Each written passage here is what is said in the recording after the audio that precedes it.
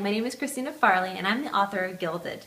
And today I'm going to talk to you about 5 things that relate to my book, little pieces of tidbit of information for you. The first item I'm going to talk about is this arrow. And this arrow I found in an antique shop in Itaewon.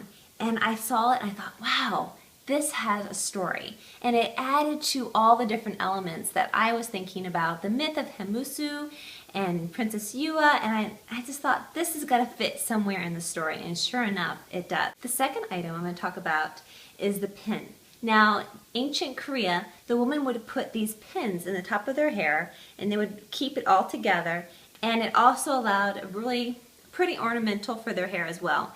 And I like wearing these myself. Even today I put my hair up in buns, and it's kind of fun.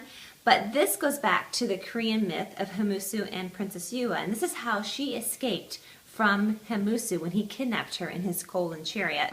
The next item I'm going to talk about is the Samjoko. The Samjoko was the most powerful mythological beast in the Goryeo period, and that is the symbol you would find when you would go in these ancient tombs, because it had that power to it. This dress is called a hanbok. In fact, hanbok means dress in Korean.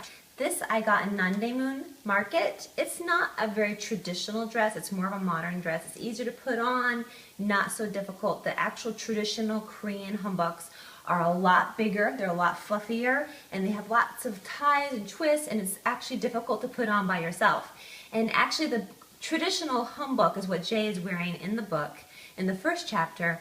Also, in the end of the book, she's wearing a different kind of hanbok. I really can't tell you what kind, but it is specific to the traditional hanboks, and there's different ones for different occasions. So I can't really give it away what happens at the end because it will be a spoiler, but the hanbok has a very big part in the story. While I was writing Gilded, I realized my main character, Jae, really need to be involved in martial arts.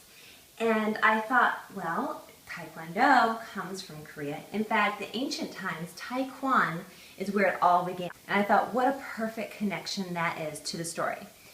The only problem with this is I didn't know any Tae Kwon Do. In fact, I don't know anything about it. So I realized I had to take lessons. I had to learn.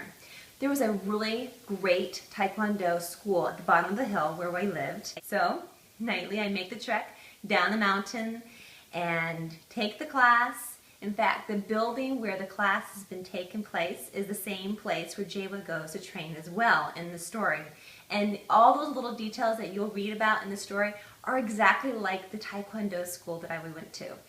And I had to learn a lot. I mean, they used to say, hey, you're just a ballerina, right? And I'm like, yeah. But I did learn how to punch and to kick, and I actually got to the level of orange belt. By the time I got to orange belt, I really wanted to complete my training because I was really enjoying it. It was actually a lot of fun. But we left Korea, so I wasn't able to complete my training. Someday I decided I definitely need to go back and get my black belt because I would totally have a blast doing it.